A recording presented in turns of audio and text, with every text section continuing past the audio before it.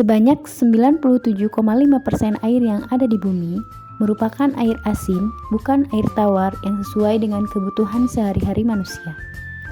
Dari 2,5% air tawar yang ada, sebagian besarnya tidak dapat digunakan dan berada di tempat yang jauh, tidak terjangkau seperti terperangkap dalam bentuk salju es di kutub utara ataupun di bawah tanah yang sangat dalam.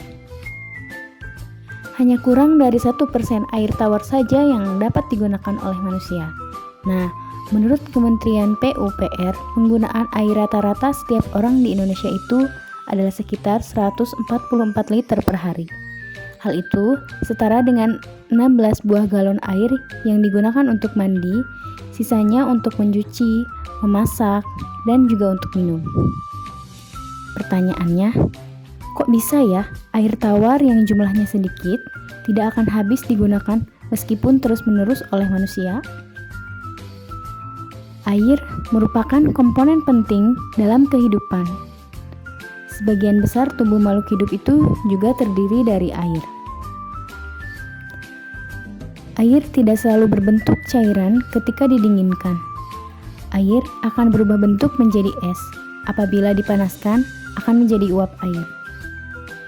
Di alam, air itu terdapat di bawah tanah dan mengalir di sungai.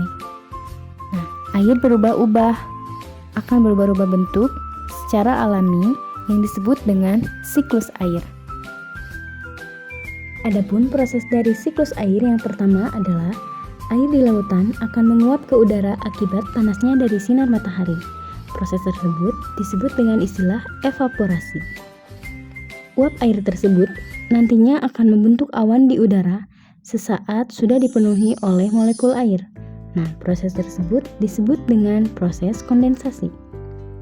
Air akan turun kembali ke daratan dalam bentuk air hujan. Nah, proses ini disebut dengan proses presipitasi, yang merupakan proses ketiga.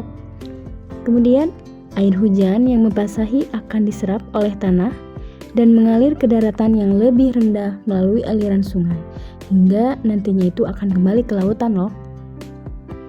Air yang berada di dalam tanah dapat diserap oleh tumbuhan dengan menguap melalui daun.